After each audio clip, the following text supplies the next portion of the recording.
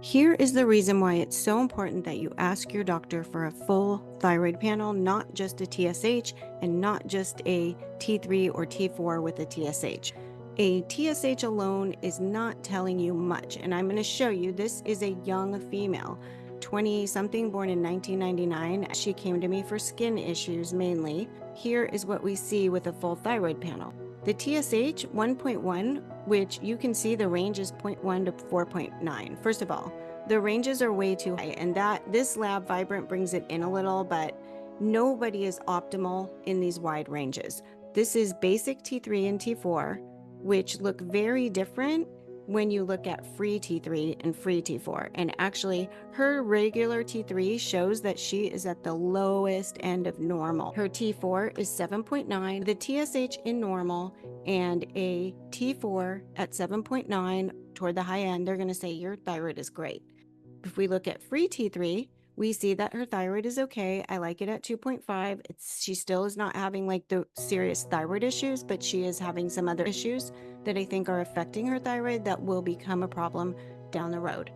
We've got free T4 at 1.2, but we do see that she doesn't have a lot of the free T4, which is the active form of it, when she has so much regular T4. So they've got a problem there. Usually that's a gut problem. She's got reverse T3, which is the body putting the brakes on T3, usually because of a gut/autoimmune issue. Here's the real problem. The anti-TPOs, these are antibodies, thyroid peroxidase antibodies. She's 126. Anti-TG is another thyroid antibody, and that one can be more related to thyroid cancer. I'm going to be asking her if it runs in her family with any client I see with this above like 50, because to me that's an issue. You can see it says equal or lower than 115. I look at thousands of these, tens of thousands over 27 years. That's too high. Anything over a 50, and especially with other numbers out of range, I'm looking at. This person came to me for skin issues, but there are a few other issues with fatigue. I think most of her issues are stemming from her gut and her diet. Even though it seems like a healthy diet, it's not for her. And I did the full thyroid panel, a full blood panel. I also did some gut testing because my lab test evaluation indicated that that's what's needed was the GI map and the food antibody with the candida. And there were issues on all of them.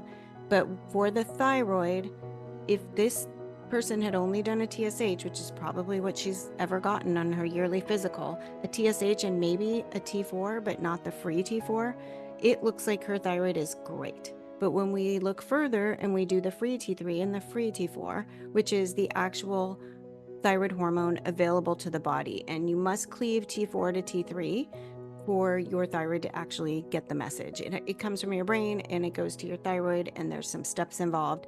You need iodine. Her iodine was actually good. I'm glad I tested it. We need to know that. This is where the real issue is with her thyroid that you would never see if you're not doing this test. And this whole thyroid add-on, $50 to $100. Insist that your doctor does it, or find another doctor who's more preventative and integrative minded. These thyroid antibodies that most doctors are not testing for, go check your labs, you guys.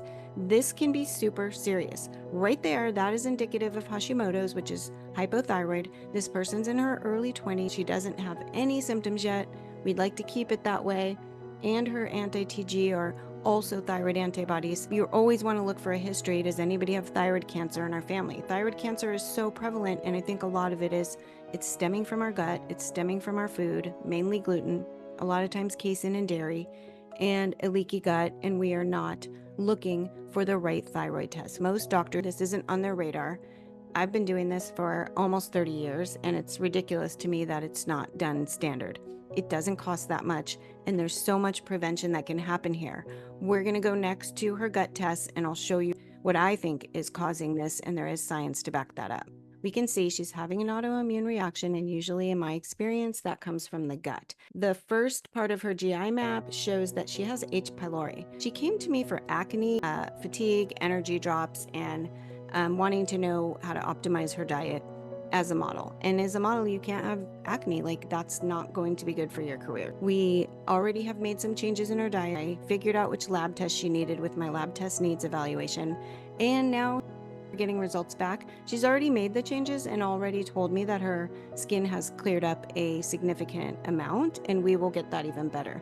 H. pylori has been associated with acne, and it is related to food reactions, and it affects your stomach acid, which then affects all things related to digestion, absorption, a healthy gut, and acne. I was not surprised to see H. pylori. The next test result on the same test, the GI map, shows she had a decent amount of imbalanced bacteria on the other one as well.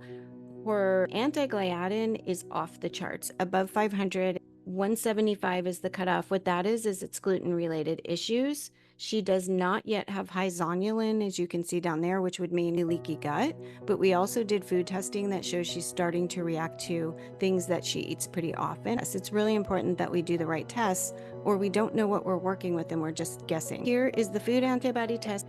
It shows that she has a lot of low reactions because, like I said, she doesn't have a leaky gut yet. She's definitely got some issues with gluten.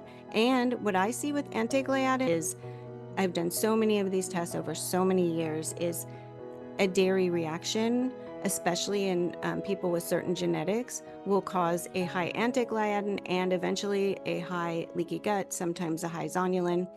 It's interesting that she did not react to wheat, but this is different. This is an IgG immune reaction. The other one is anti-gliadin, which is a direct reaction to gliadin, which is a protein in gluten, but it could be a protein in other things as well. You can see dairy, no bueno for her, and almonds, chia seeds, hazelnuts. She's young. She's in her early 20s. We have time to fix the gut, and we have time to fix the acne, and we have time to hopefully prevent problems with her thyroid, because we found those thyroid immune issues sooner rather than later. Her candida test showed high candida, high and moderate, but the IgG is high, which means she has some yeast in her body. She was on a pretty high carbohydrate diet, which is what happens with vegetarians and vegans, but we're going to work on dialing her diet down to be better macros and better foods that are more personalized to her so that she can get rid of the acne.